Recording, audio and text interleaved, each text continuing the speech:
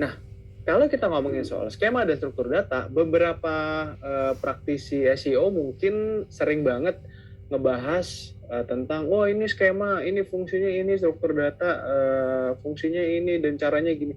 Mungkin secara penjelasan itu lumayan agak ribet, agak menjelimet, tapi sebenarnya bahasa gampangnya adalah skema dan struktur data ini fungsinya ngebantu kita supaya kita tuh ngasih tahu ke Google tentang jenis website yang sedang kita kelola. Jadi kita ngasih tahu nih, Google, ini website kita loh.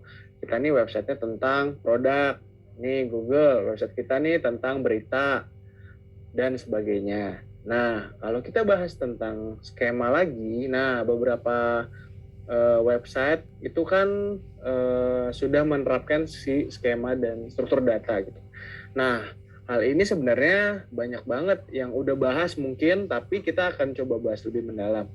Nah, si jenis markup atau skema markup atau struktur data ini fungsinya kayak gini nih. Misalnya kita dalam suatu kelas banyak banget nih orang, terus kita bingung, ini dari mana ya, ini dari mana, kamu siapa. Nah, supaya kita lebih mempermudah, biasanya dirapiin tuh, yang kloter satu di kiri, nanti di kiri dibagi lagi, yang cowok kiri, yang cewek kanan misalnya. Nah, ini kloter dua yang tengah ya, tapi tetap yang cowok kiri, yang cewek kanan misalnya. Nah, dengan begitu Google akan lebih mudah nih ngebacanya. Kayak kita ngebaca yang tadi, kita mudah, oh ini tengah kloter dua, oh ini kloter satu, oh ini cowok, ini cewek. Jadi kita lebih gampang mengetahui bahwa apakah jenis website ini. Misalnya contoh, ada beberapa jenis website kayak ini website jual beli, website marketplace, website berita, website resep, dan sebagainya. Nah, hal itu bisa dilihat dari beberapa hasil pencarian ketika kita sedang mengetikkan kata kunci di mesin pencari. Ini sebenarnya nggak terlepas dari Google ya, semua mesin pencari. Tapi untuk struktur data ini kita bisa aktifkan untuk result yang diberikan oleh Google. Kenapa? Karena rekomendasi skema markup atau struktur data ini itu ada di Google untuk guideline-nya. Jadi semua source-nya itu ada di library-nya, guideline-nya si Google. Nah, kalau ditanya sebenarnya emang ada apa aja sih kalau skema atau struktur data? Nah, ada banyak banget sebenarnya. Contoh misalnya kita bisa lihat nih kalau kita lagi mengetikkan kata kunci resep nasi goreng enak, lezat, mantap itu. Nah, itu kan nanti akan ada tuh menu resep-resep banyak.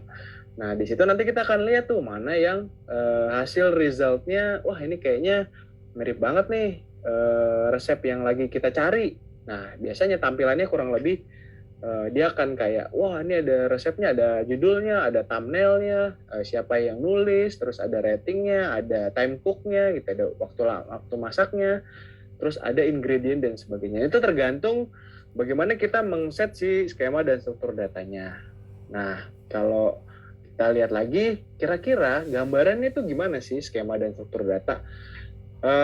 Penjelasan singkatnya adalah gini, ini tuh kayak sebuah potongan skrip gitu ya, isinya itu kita kayak mau ngasih tahu ke Google bahwa ini tuh websitenya tentang ini, yang mana ini judulnya ini, kalau misalnya contohnya ya, misalkan ini judulnya tentang ini websitenya, terus ini jenis kategorinya adalah tentang ini, isi kontennya adalah tentang ini. Nah, ini dipanggil semua di dalam sebuah skrip. Nah, kalau misalkan kita nggak ngerti technical atau nggak ngerti coding, misalnya, kalau teman-teman semua pakai WordPress misalnya ya, CMS yang open source, itu ada banyak banget cara. Contohnya adalah download pluginnya. Ini contohnya bisa kelihatan di layar bahwa ini contoh pluginnya yang ada berbagai macam jenis skema atau struktur data. Nah, ini secara interface gampang kan, tinggal install aja, tinggal isi, tinggal checklist. Nah, kalau misalkan teman-teman bingung, sebenarnya banyak banget yang generatornya. Kita tinggal isi, nanti scriptnya tinggal di copy paste ke halaman websitenya teman-teman gitu. Jadi bisa kelihatan ketika kita udah bikin ini, scriptnya ke generate, tinggal copy paste di websitenya aja, dan itu langsung publish, dan biasanya kita nanti akan lihat resultnya ketika sudah terindeks sama Google. Nah, contoh skema dan struktur datanya, misalnya ini ada 4 nih contohnya. Yang paling kiri itu ada how to. How to itu ya gimana caranya, step by step-nya itu seperti apa, step by step dari halaman website tersebut dan isinya tentang apa. Misalnya cara mengatur gaji harian itu gimana sih, itu ada step 1-nya, step 2-nya, step 3-nya, dan seterusnya. Kalau yang tengah, itu kalau ngomongin resep ya misalnya, ini adalah contoh result dari si struktur datanya resep. Kurang lebih ya seperti ini ya. Kalau kita balik lagi ke yang paling kiri, itu sebenarnya kan ada how to di atas. Nah, yang di bawah itu ada videonya kan. Nah, sebenarnya video itu juga kita bisa optimize. Kalau sekarang tuh bisa disebutnya video itu hampir semua video dikasih timestamp.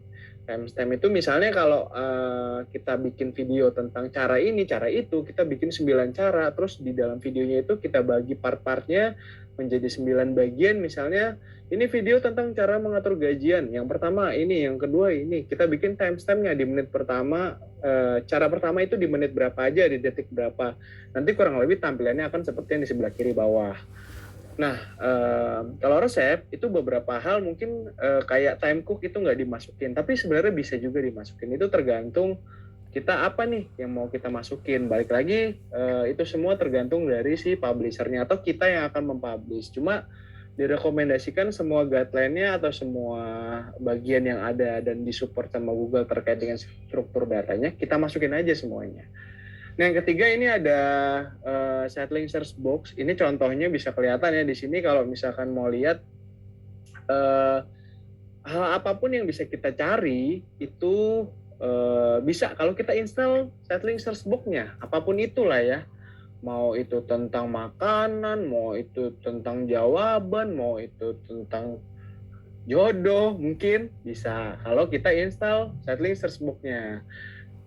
Intinya adalah fungsi settling search box ini adalah mempermudah si user supaya mencari konten yang paling relate sama apa yang dia cari. Nah, fungsinya settling search box adalah itu. Maka dari itu, penting juga untuk menginstal skema dan struktur data settling search box ini. Gitu. Nah, yang paling kanan itu adalah feature snippetnya Google, yang mana ini tidak bisa kita setting karena nggak ada strukturnya. Ini yang menentukan adalah Google. Bisa aja Google hari ini naikin kita di rich snippet, bisa aja besok nggak ada. Nah, ini tergantung dari Google gitu. Nah, untuk materi technical SEO yang tadi kita bahas sampai di sini dulu. Nanti kita lanjutin lagi di materi video SEO technical selanjutnya. Bye bye.